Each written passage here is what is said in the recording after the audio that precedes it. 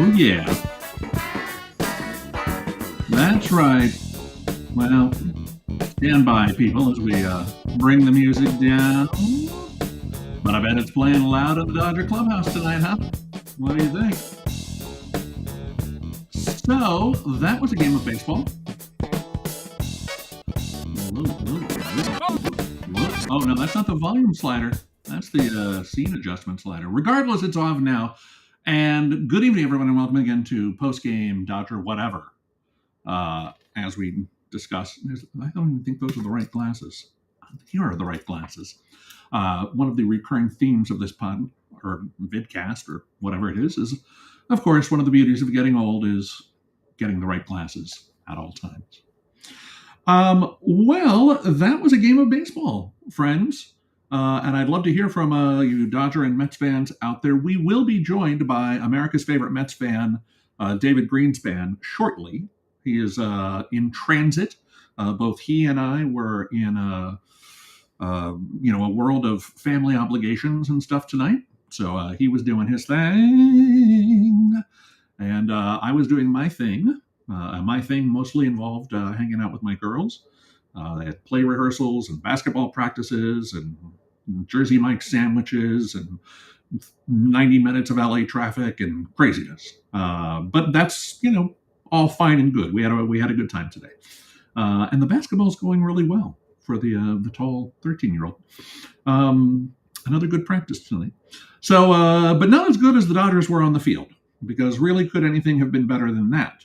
After their, a 9-0 trouncing in game one, they came back to trounce 8-0 here tonight against the Metropolitans. And the Dodger offense showed some signs of life. We had some good hits from Will Smith.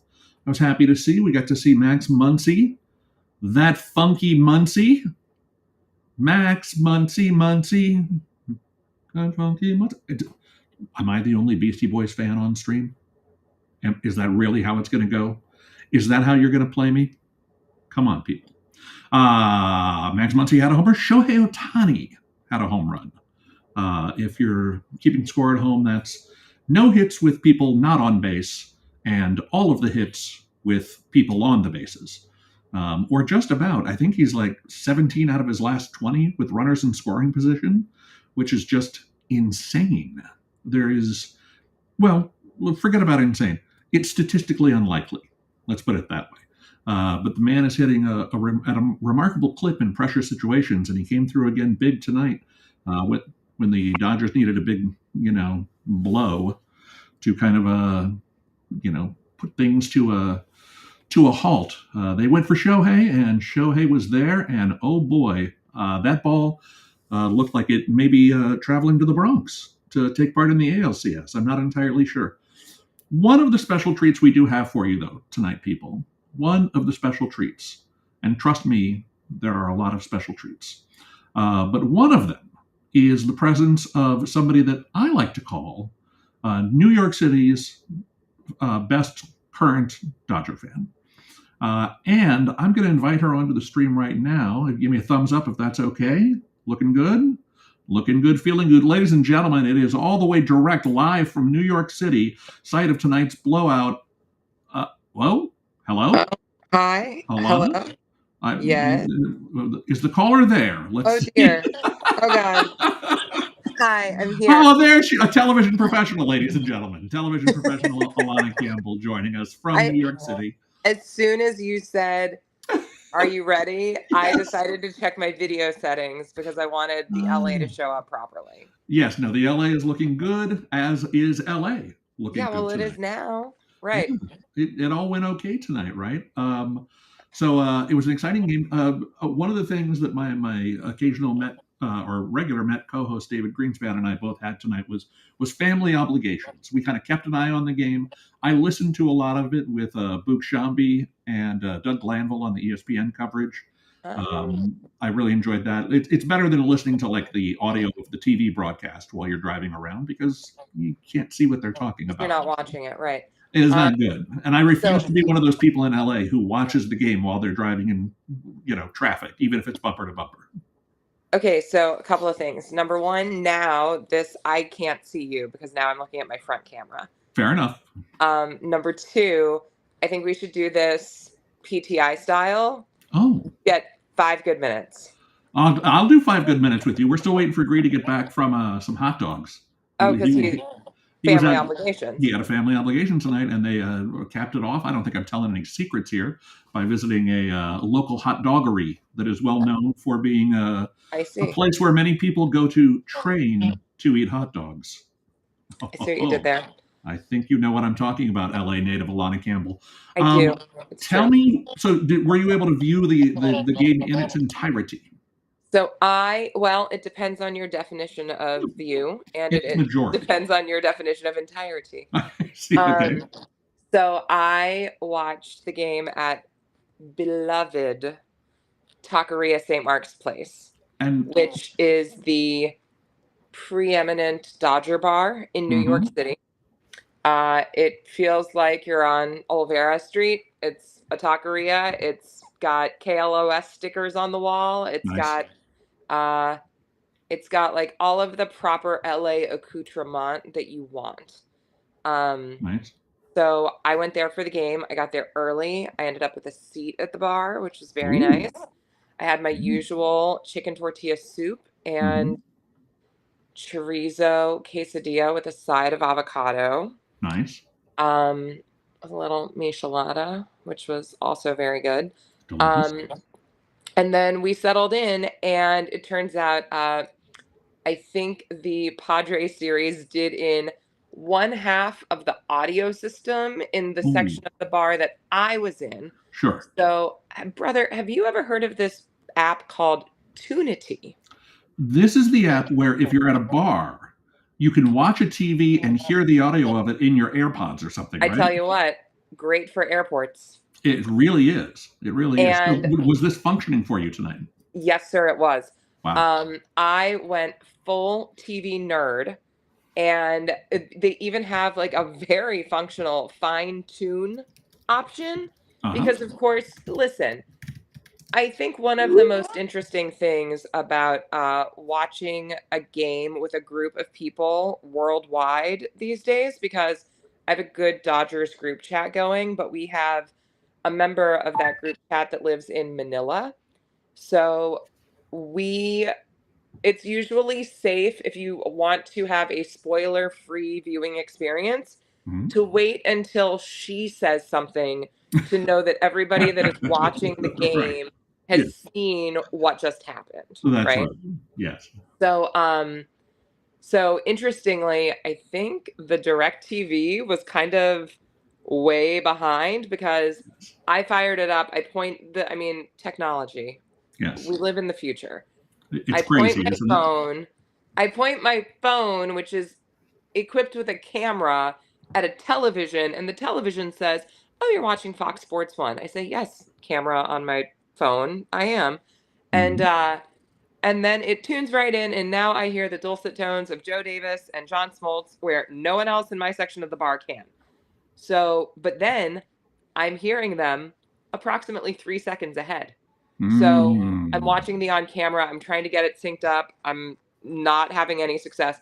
Sure. Finally, I ended up having to sync it with the sound effect of the replay wipe. Oh. Because it's subtle. Now you'll always hear it. There is a sound. And so it's real. And yes, more like I could tell if I was on or warmer or colder based off of just the sound of the ball hitting a bat or a mitt or what have you. But that was the sound that I knew was always kind of coming, so I could kind of keep fine tuning. And it just, I probably was 4 or 5 seconds behind whatever the app thought was the regular time of the broadcast. Anyway, that's a very long-winded way of saying I listened to some of it. At a certain point, I just abandoned listening. I could kind of hear it in the background, but I was watching the whole thing. I watched the game in its entirety. What a game. We needed that. Yeah, it was a good game. There is another side of tonight's game, of course, and that is the side represented by our friends, the Mets fans. And we have got standing by to join us here. One of America's truest and best Mets fans, a real mensch of a man. I love him. You love him. We all love him. Please welcome TV's David Greenspan. David, how are you out there tonight? Are you hanging in there? I'm okay. I'm all right. Yeah, it was something, huh? It was a Rickroll is what it was. It was a Rickroll. It seemed like it was going to be good, and then all of a sudden it turned into never going to give you up, and they did give it up. Yeah, Listen, that was. I mean, when you look at like run differential and expected record, it's not looking good. Like the Mets made it stressful when they got up 6-0, and the Dodgers just kept adding on. Yeah, and now the Dodgers have seen all the Mets' best relievers just to hold on to their one, game where they supposedly blew them out. But if you ask any Mets fan, they're like, that was the most stressful 7-3 win we've ever experienced. So the Dodgers are tough, and like Max Muncy, your 5th best hitter, come on. that's right. It's Do you know that he tied the franchise record for most postseason home runs tonight? Max Muncy. Yeah, but here's all I will say about that: Duke Snyder never played in the wild card game or the League Division Series. I am a big purist when it comes to, like, I'll accept League Championship Series records or World Series records as transferable across generations. But there's so many more playoff games these days than there used to be. It doesn't really seem fair. To say, is it Duke Snyder's record that he broke? Oh, it was probably like Piazza or somebody, right? Alana, do you remember who? I don't think they gave us that information. Yeah.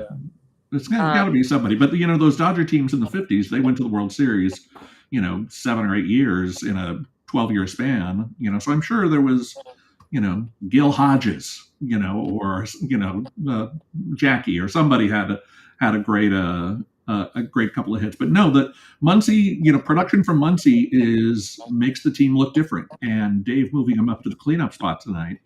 Was that where he was batting tonight? If I recall. Yeah, he was. Yeah, but he saw the hot hand. He did what Mendoza does. He saw the hot hand and he moved him up. Well, good. Not only that, but it was right shortly after Shohei's hit to the same exact section, practically. Just a little more fair, right?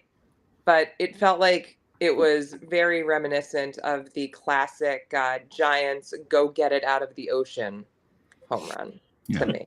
Yeah. It was, it basically was like taking off from LaGuardia when he hit it. Max Muncy doesn't hit cheap home runs. I mean, neither does Shohei. No. But the Shohei one was crazy because Dave, I was watching the game in a Dodger bar on the Lower East Side or East Village, however you want to call St. Mark's Place. And no one was convinced in the bar that it was actually fair. Right. The only person I think that was actually convinced that it was fair was Shohei. And he was right. And he was right. He was right. That bill was going to come due at some point. And you know what? All it took was runners in scoring position. Right. Because that was the first time he had anyone on base for him the whole night. But why is that? Why would that be? I don't know. I don't get it. But now he's 17 for 20. So go ahead, dude. It's the opposite of most people. So I guess it makes sense because he's not like most people. He's the ultimate team player. Right. I guess.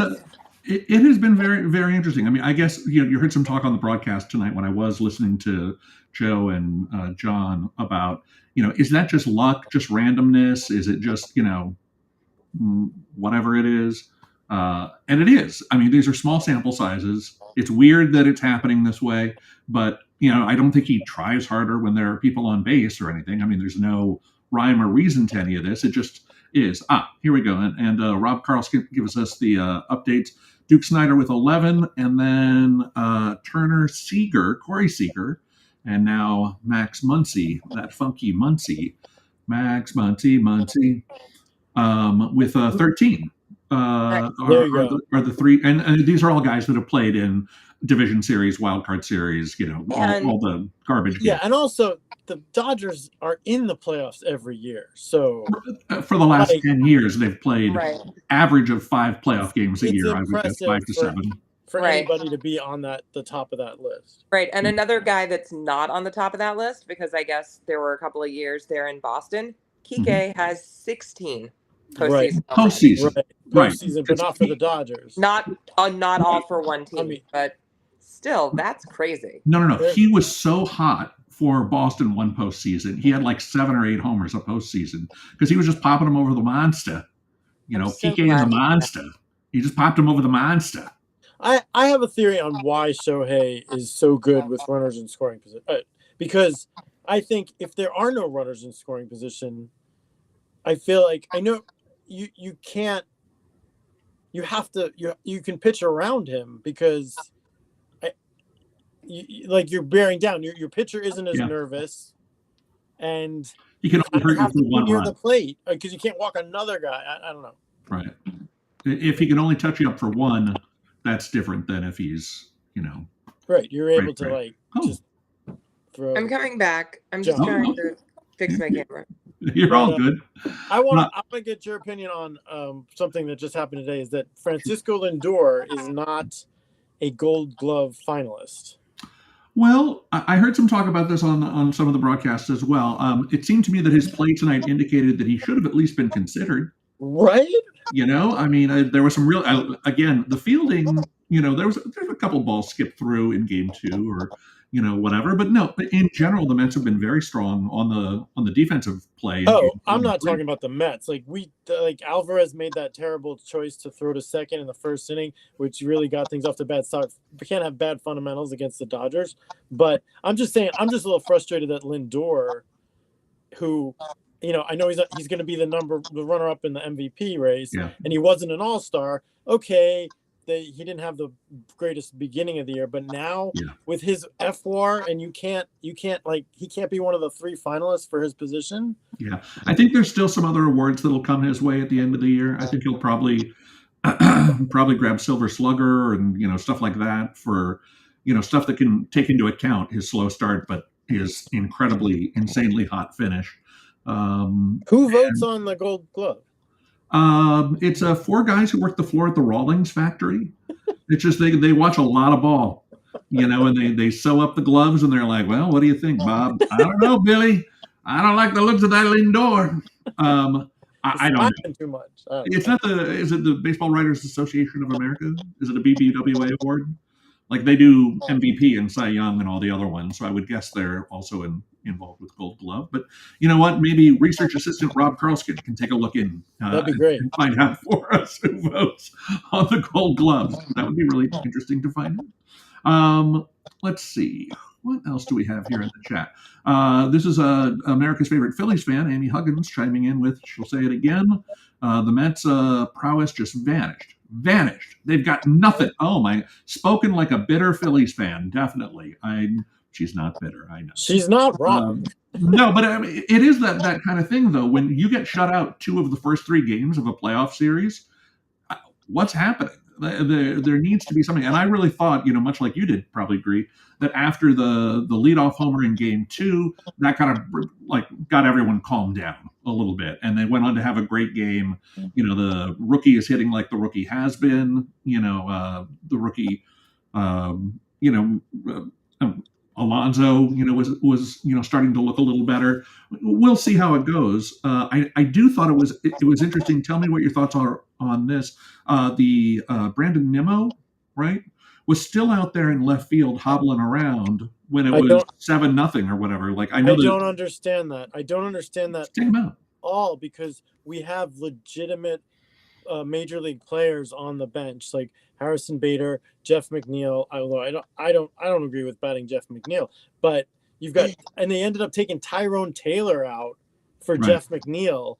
Tyrone Taylor, who always does something to help the team, that catch that he made, it's like, and Harrison Bader, he used to hit earlier in the year. He surprised me, and he was hitting there's plenty of people that can come in and rest Nimmo's foot when you're down 7-0. Right. I kind of felt the same way about Freddie, though. Yeah, well, they We could have let taken him him out. bat in the eighth, right? He was going to get one more at bat, and then they took him out when Yeah. after things were a little out of hand after the Otani homer. Let's see. Let's get caught up on the chat here. Make sure our viewers are get feeling the love as well. They should be. Does anyone but the player who wins care about the awards? It's something to talk about, but shrug. Well, yeah, I mean, it's interesting. It's a point of pride, I would guess. And some players have contractual obligations, that if they place in the top certain slot of voting for various awards, they get a bonus. It'd be very interesting to find out if Lindor gets a cash bonus for finishing in the top, the finalists of the Gold Glove awards, or a lot of players have it for MVP or playoff MVP or World Series MVP. I don't know. I mean, it's if it's a consolation prize, but like it's also, I'm curious, like, is it voted by the other players? Do people not like Lindor? Like, what's so we have the answer here from Rob. Thank you, Rob, again. And thank you for helping out on this. The 30 MLB managers and up to 6 coaches from each team vote from a pool of players in their league. So just, I guess, the AL people vote for AL, NL vote for NL. Although, given that everyone plays each other almost equally now, that doesn't really make any more sense. Excluding players from their own team. So you can vote for anybody else in the league. Except for your own people. I don't know. I agree. It seems like an obvious thing that could. Maybe these experts are seeing something that I'm not. I mean, I didn't watch, the Rockies, shortstop all year, but right. Exactly. Amy wants to make it clear she's not bitter. She's rooting for the Mets to make this a series. As a baseball fan, I don't like these blowouts. Boring. I don't know. I'm a fan. The only person the only team that likes, the only fans that like it are the team of the winning team. That's right. Exactly. I liked this one. I'm sure you liked Mondays, and I liked Sundays, and we'll see what happens tomorrow. Now they have another night game tomorrow, and then am I wrong, or is Friday a day game? Friday is a early evening. It's a 5 p.m. local start. 5 p.m. local, 2 p.m. Pacific. That's correct. For those of us here on the true best day game for you. Yeah, a semi-day game for us, but it'll still be dark. Hey, yes. I have to. I've quadrupled my 5 good minutes. You did a great job. Thank you so much. If I didn't have poll worker training first thing in the morning. Ooh. Wow, poll worker training. There she is, That's ladies right. and gentlemen. Alana Campbell, give her a big hand for helping to preserve American democracy. Listen. And also for joining us tonight from New York City. Last thing, give us one little bit of color from the Dodger bar. When you say it's a Dodger themed kind of bar, when you go to see the games and stuff there, what is the vibe? How many people are there? How crazy does it get? What's your best experience there so far, etc.? My best experience there is watching the 2020 World Series there, because the bar was technically closed. Nice. However, it was peak pandemic still. Right. Here, I think we had opened up restaurants to 25% occupancy. Okay. And it's like a bi-level. You walk in, it was packed tonight. Yeah.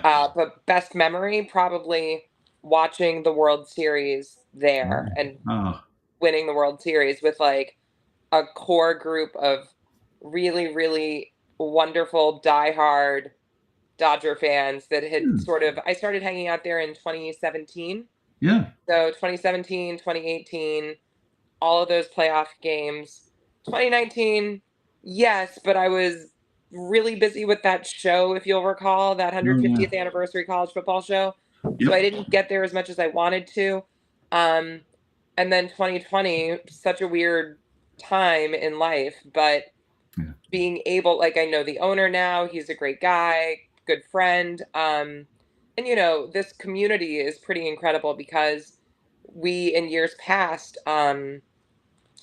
he'll coordinate like a bus and get a mariachi band, and we'll all meet at Taqueria, and then we'll go to either one of the Dodgers, Yankees, or Dodgers. I think it's been the Mets usually. Yeah. I think they might have done something for the Yankee game this year, but I flew to LA for that series. Oh, in the I wrong missed town at the wrong time. Yeah, it was Well, poor planning that's on my cool. part. But Plans for tomorrow? Are you going back to the taco bar?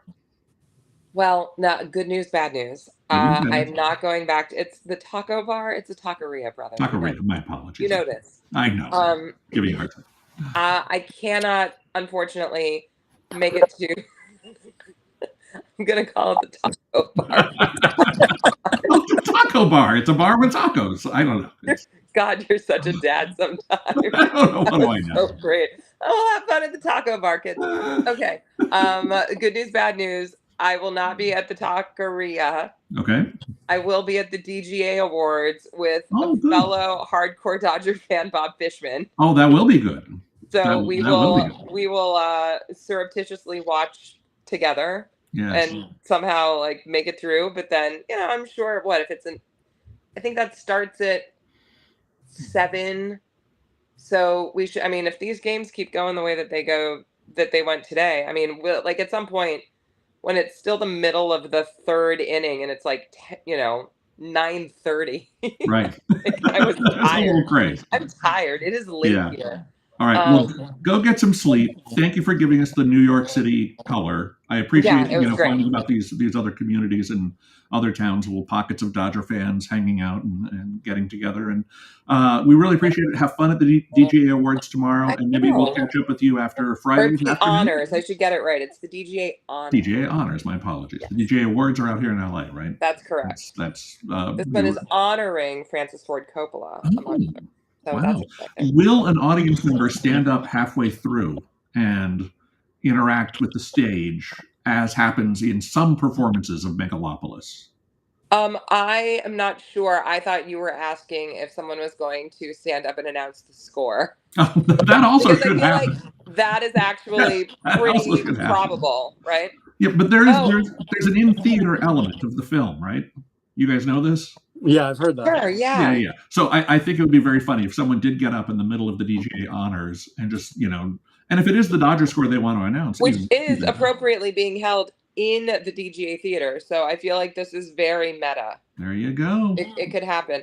One last thing, and then I really have to go. I love you. I also was that person streaming Game 3 of the WNBA Finals for the fourth quarter.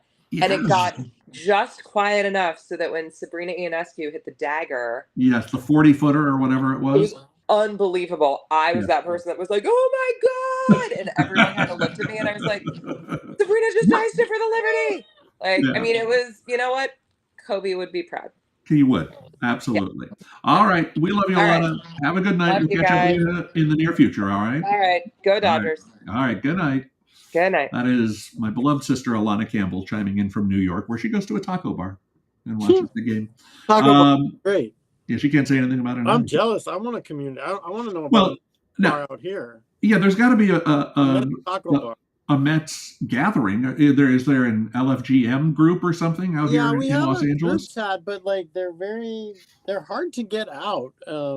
Because I told them I was going to the game, and they were like, "Oh, that's brave of you," like as if I was bodily harm.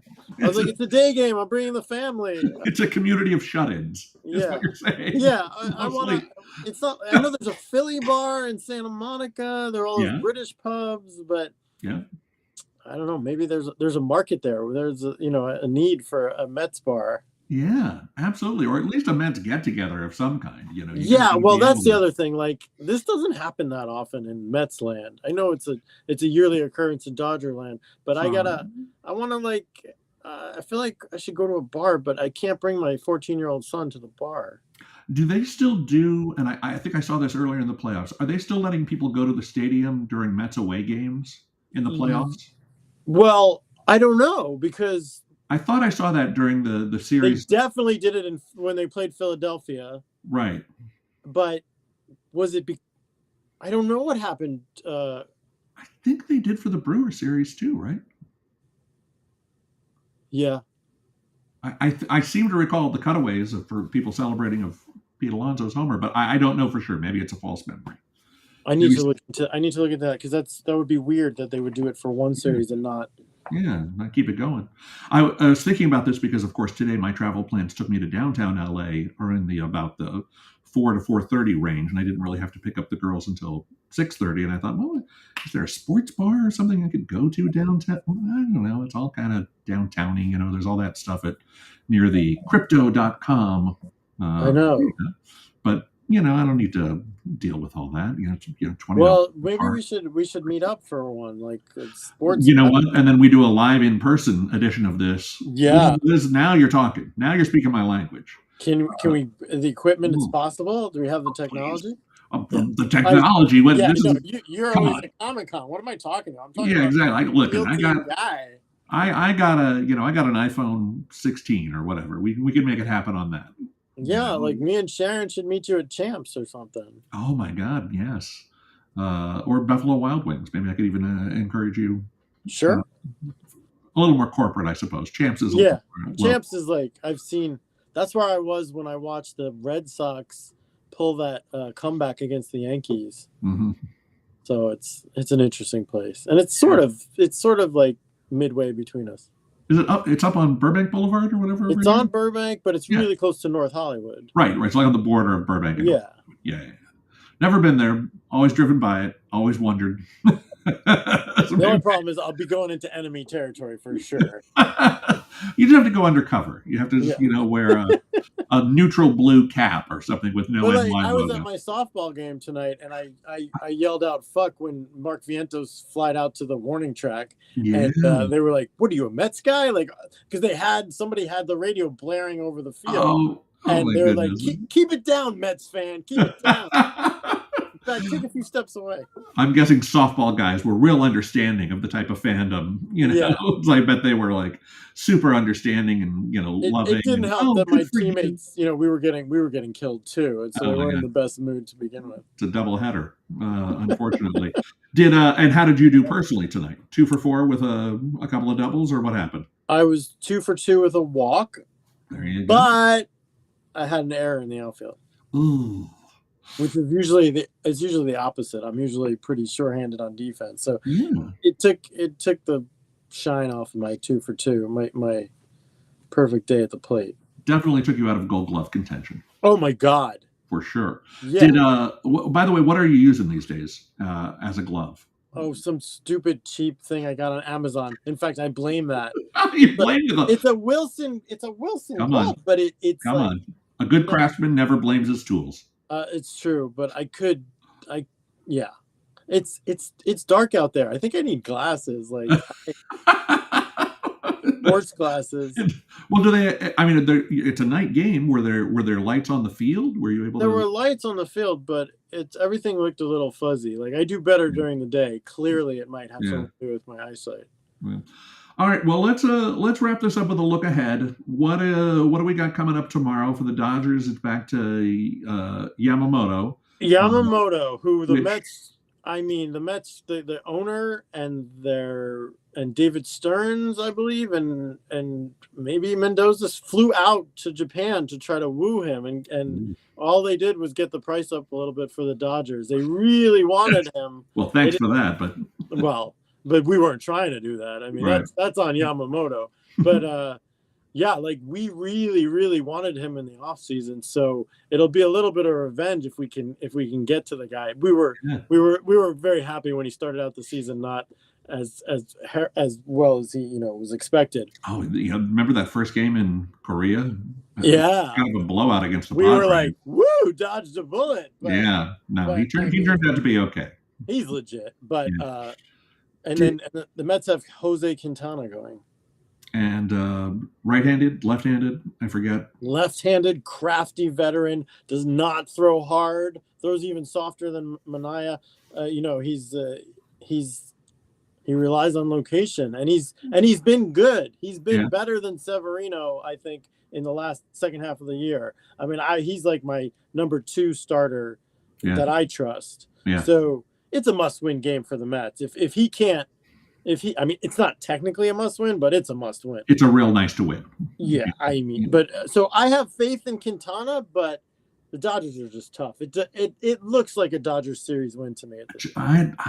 That's so remarkable that one game can change that much, because after game 2, it was kind of like, who's going to pitch for us the Yeah. rest of the way? And I still think that the Dodger pitching is so thin that even if, like, the Dodgers win tomorrow to go 3-1, the Mets are by no means out of it. I don't know. I mean, if Walker Buehler can pitch like that, I mean, he did well tonight, and it was nice to see him get some strikeouts, which was what was missing from his game against the Padres. You know, he didn't have a lot of swing and miss. So hopefully that's a good sign, but you just never know. And, you know, if we have to, much like you were saying, the Mets have, you know, shown their cards, so to speak, by bringing in all their guys out of the bullpen. I think the Dodgers, too, you know, they were able to hold back, you know, their one left-hander tonight. Bonda. Oh, Bonda. Trinan threw an inning, right? He did. Evan Phillips didn't come in. And did Hudson throw? Hudson, I thought, threw an inning. I saw him warming up. I wasn't totally locked in at that exact moment, but regardless, you know, familiarity breeds success for batters. You know, the more they see these pitchers, the more they're going to know how to attack them and stuff. And these are big league hitters, and the Mets have proven time and time again they can get a good hit. You know, they don't have a problem putting the ball in play. So that's true, as long as the moment isn't getting too big for them. Like, yeah, no, I don't think it would. I mean, especially with their environment, the next 2 games will be super supportive, and you know, look, would I rather be the Dodgers than the Mets right now? Of course. We just need to win 2 more out of the next 4. Fingers crossed. But the Mets are not out of it at all. You know, and as Amy was saying, you know, all we want is like a good series. You know, I know. Wins that extra inning game coming. Wins, you know, a dramatic moment coming. Wins a back and forth game coming. But yeah. I just think that having experienced all 3 games so far, the Dodgers, come on, they do look stronger, because even when the Mets went up, they couldn't pile on the way the Dodgers did. The thing about that 7-3 game is that it was 6-3 for a long time, and the Dodgers got the tying run to the plate multiple times. Yeah. And just couldn't get the big hit. Tonight they got the big hits when they needed to. Yeah. Know? And so we'll see what happens. But, it's a deep lineup, especially when Kike's hot and that guy Edmonds is, like, you know, working counts. Tommy Evans. This has been a great acquisition, a deadline pickup from the Cardinals. And he'd been injured all year. Hadn't played for the Cardinals this year. So we were kind of like taking a flyer, I thought, a little bit on him. But no, he's really delivered. Very helpful. So it's a long lineup. You guys should feel confident, because we'll see. Because, like, the Mets pitchers have to be perfect, because, like, that never stops there. But yeah, hopefully the Mets can get a little momentum going, because Quintana. I do like Quintana. I feel confident with Quintana going, but that Dodger lineup is unreal. They're relentless. He's a crafty lefty. And I think the last crafty righty was what, Greg Maddux? You know, yes, the craftiest. there's hardly any crafty righties. It's always a crafty. Why lefty. Is that? I'm not sure. It's one of those, you know, things that just became baseball lore. So, all right. Well, let's just one last check of the chat. Make sure we didn't miss out on anything. Mets bats have to wake up, says Amy. Mets bats have to wake up. Yeah, they do. And how can there not be a Mets NYC gathering spot in LA? Inconceivable. I need to look into this, but it's ridiculous. Yeah, we'll find you a spot, or we'll get together. You know, we'll make it happen. All right, thank you. Gri, I appreciate your time as always. Thank you for coming. This is fun, on. even though it comes after a loss. It's still fun. It is, and I really do appreciate it. And we will see how tomorrow's game goes, and we'll check in maybe tomorrow evening. All right, sounds good. All right, peace out. You have a great night, man. You too. Thank you, Gri. All right, David Greenspan joining us for our post-game show. Thank you, David, America's favorite Mets fan. I want to also thank my sister, Alana Campbell, for coming on and giving us the NYC perspective, what it's like to be a Dodger fan, you know, in the Big Apple right now. The town probably Mets crazy, as you might imagine, but she's hanging in there at her local taqueria with other Dodger fans and having a good time. And we'll see how it goes tomorrow. I guess as I fumble for the schedule, let me just make sure I know when the appropriate start time is.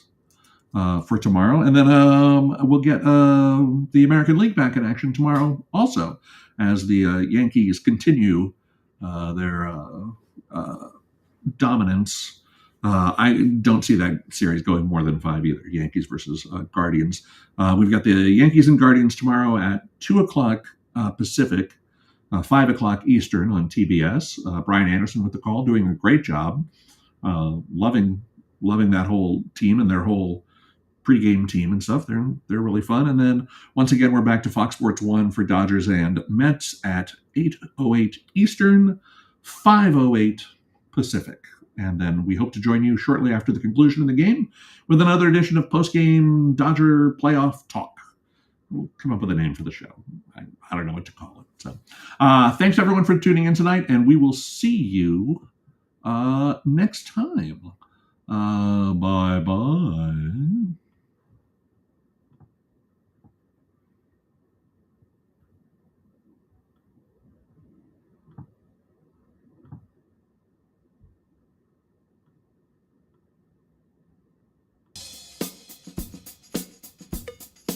Yeah, keep it right there.